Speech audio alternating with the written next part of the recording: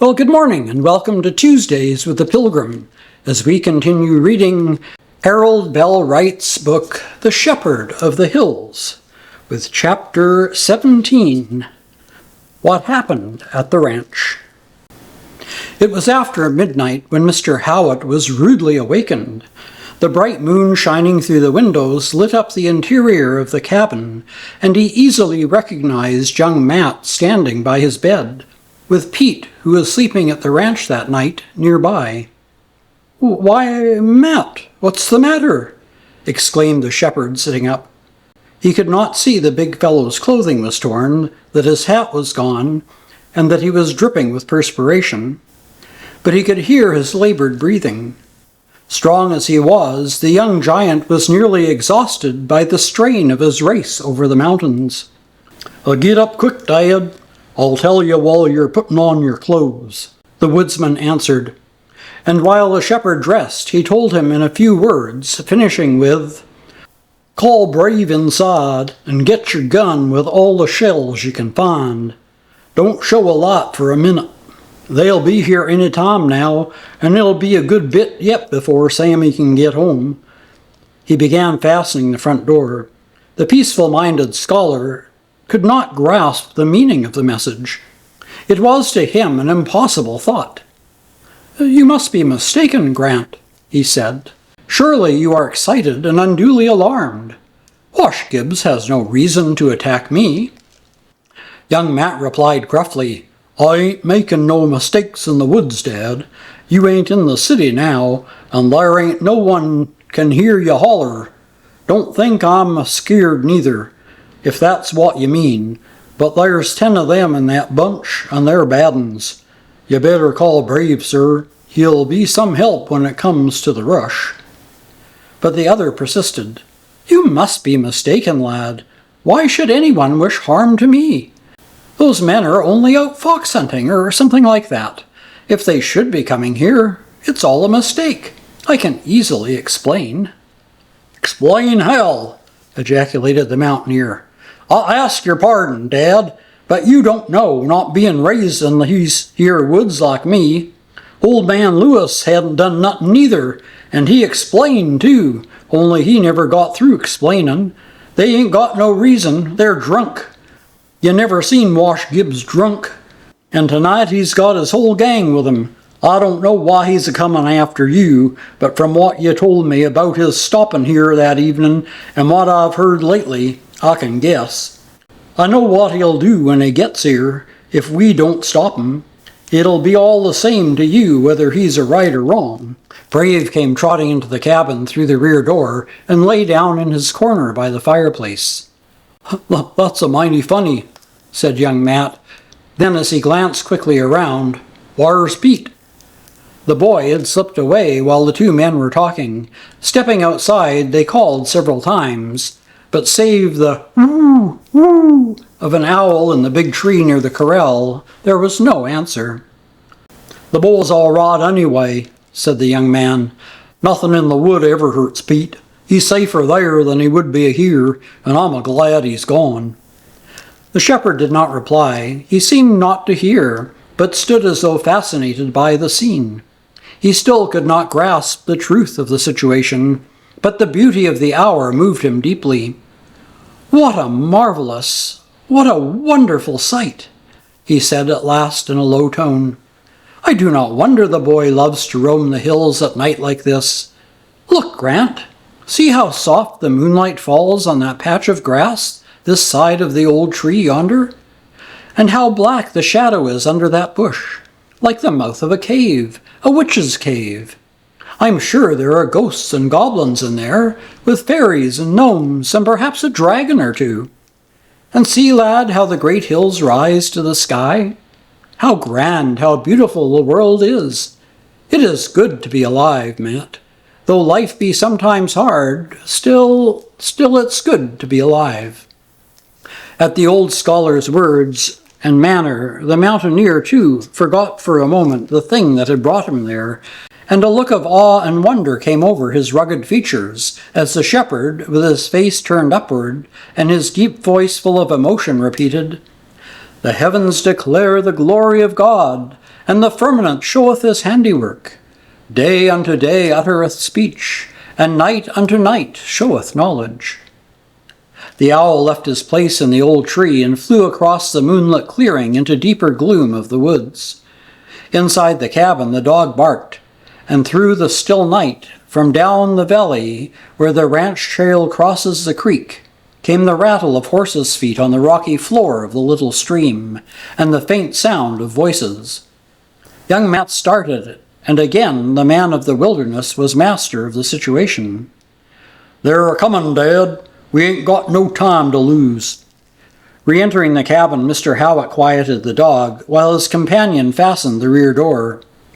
And in the silence, while they waited, a cricket under the corner of the house sang his plaintive song. The sound of voices grew louder as the horses drew nearer. Brave growled, and would have barked again, but was quieted by the shepherd, who crouched by his side, with one hand on the dog's neck. The older man smiled to himself. It all seemed to him a little like a child's game. He had watched the mountaineer's preparation with amused interest, and had followed the young woodsman's directions, even to the loaded shotgun in his hand, as one would humor a boy in his play.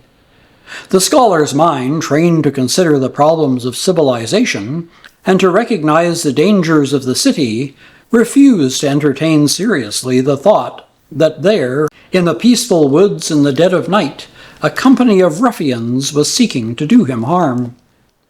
The voices had ceased, and the listeners heard only the sound of the horses' feet as the party passed the ruined cabin under the bluff. A moment or two later, the riders stopped in front of the ranch house. Brave growled again, but was silenced by the hand on his neck. Young Matt was at the window. "I see 'em," he whispered. "They're getting off their horses and tying 'em to the corral fence." The smile on the shepherd's face vanished, and he experienced a queer sensation. It was as though something gripped his heart. The other continued his whispered report. "They're a-bunching up now under the old tree, talking things over. Don't know what to make of the dog not being around, I reckon. Now they're a-taking a drink. Takes a lot of whiskey to help 10 men jump one old man, and him a stranger in these woods. Now Wash Gibbs is a-sending 2 of 'em around to the back, so you can't slip out into the bush. Shh, shh, here comes a couple more to try the front door." He slipped quietly across the room to the shepherd's side. The visitors came softly up the front door and tried it gently. A moment later the rear door was tried in the same way. "Let Brave speak to them," whispered young Matt, and the dog, feeling the restraining hand removed, barked fiercely. Mr. Howitt, following his companion's whispered instructions, spoke aloud. "What's the matter, Brave?" A bold knock at the front door caused the dog to redouble his efforts, until his master commanded him to be still. "Who's there?" called the shepherd. "Young Matt's took powerful bad," answered a voice, "and they want you to come up to the house and doctor him." A drunk laugh came from the old tree, followed by a smothered oath. The giant at Mr. Howitt's side growled under his breath. "Oh, I'm sick, am I? There's them that'll be a heap sicker before morning. Keep on a-talking, Dad. We gotta make all the time we can, so's Jim can get here." The shepherd called again. "I do not recognize your voice. You must tell me who you are." Outside there was a short consultation, followed by a still louder knock. "Open up! Why don't you open up and see who we are?" While from under the tree came the call, "Quit your fooling around and bring 'em out here, fellers." This command was followed by a still more vigorous hammering at the door, and the threats, "Open up, old man! Open up or we'll just bust her in." Mr. Howitt whispered to his companion, "Let me open the door and talk to them, Grant. Surely they will listen to reason." But the woodsman returned, "Talk to a nest of rattlers? Jim Lane's the only man that can talk to 'em now. We gotta stand 'em off as long as we can." As he spoke, he raised his revolver and was about to fire a shot through the door when a slight noise at one side of the room attracted his attention. He turned just in time to catch a glimpse of a face as it was withdrawn from one of the little windows. The noise at the door ceased suddenly, and they heard the two men running to join the group under the tree. "They found you ain't alone," whispered the big fellow, springing to the window again. And as the wild, drunken yell came from the visitors, he added, "Seems like they are some excited about it, too. They're holding a regular powwow. What do you reckon they're thinking? Hope they'll keep it up until Jim—" "Shh! Here comes another.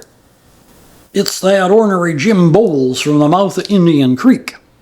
The man approached the cabin, but stopped some distance away and called, "'Lo, old man!" "Well, what do you want?" answered Mr. Hewitt. "Who's that there fella you got with you?" "A friend." "Yeah, we allowed how it was a friend. We all want to see him powerful bad. Can he come out and play with us, mister?" Another laugh came from the group under the tree. Young Matt whispered, "Keep him talking, Dad." And Mr. Howitt called, "He doesn't feel like playing tonight. Come back tomorrow." At this, the spokesman dropped his bantering tone. "Look here, old man. We uns ain't got no time to be a-fooling around here. We know who that fella is, and we're a-gonna have him. He's a-been a-sneaking around this here neighborhood long enough. As for you, mister, we allowed how your health'll be something better back where you're from. And we aim to help you leave this here neck of the woods right sudden. Open up now and turn that there fella over to us'n, and we'll let you off easy.